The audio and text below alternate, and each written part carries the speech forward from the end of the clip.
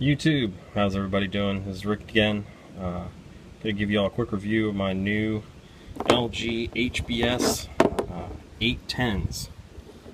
Picked these up from Best Buy. Saw them one day and thought, man, these look pretty cool. I think I'm gonna try to buy these. They're about $100, I think, at Best Buy. So probably get them cheaper online, but I just happened to be there and said, screw it, I'm gonna pick them up. Just gonna go over some of the key changes and some of the stuff that's different over the last model I had, which was the 760s. Obviously these have the retractable earbuds. You can see there's no wires on the outside of these, no clips on the back band.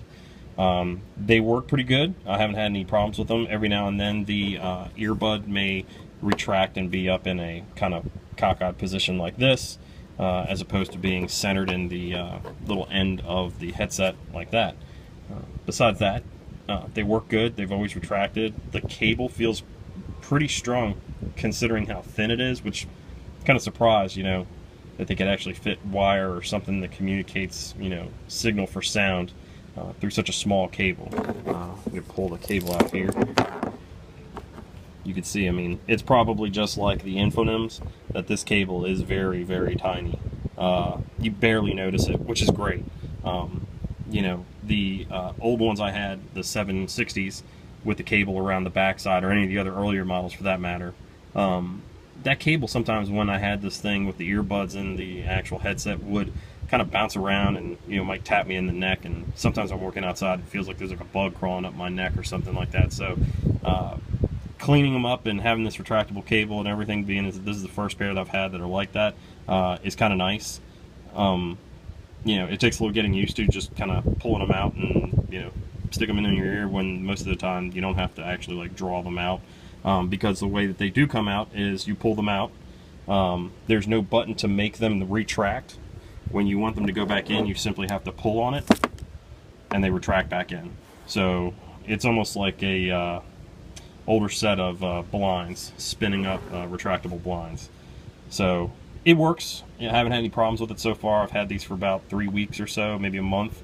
Not too long. The back band is rounded. It's not squared like the 760s that I have. It is a little bit more has a little more elasticity when you spread these out. It retracts and has a little bit more spring to it.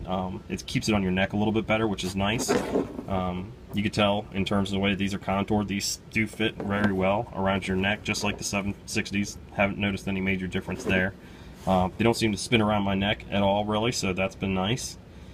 The slider buttons on the side are no longer cylindrical or circular. They're just like a little tiny tab with a little, pop-up indentation right there. Function's the same. Volume is on this side. Track up and down is on this side. And the play, pause buttons on that side. Answer and hang up calls is on this side. All the other little, maybe talk to text features and stuff like that, I don't use any of that, so I wish I could help you guys, but I don't know anything about that. The only thing I think that's changed really that I've noticed is the button for turning it on and off is on this side now. I think it used to be on this side.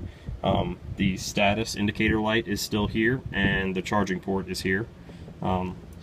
Charger stays the same, nothing different there, so everything's the same for the most part. It's nice. It does not have any major spots of chrome on the top here, no big, rectangular chrome strips here. It's just a little bit in the buttons right here and then right here. For the most part, everything else is black, so it's very low-key. I like it a lot better than the 760s that I have. That's not so flashy in that respect. One thing that is different with these, a lot of people complained about online that I saw in the comments, was the earbuds.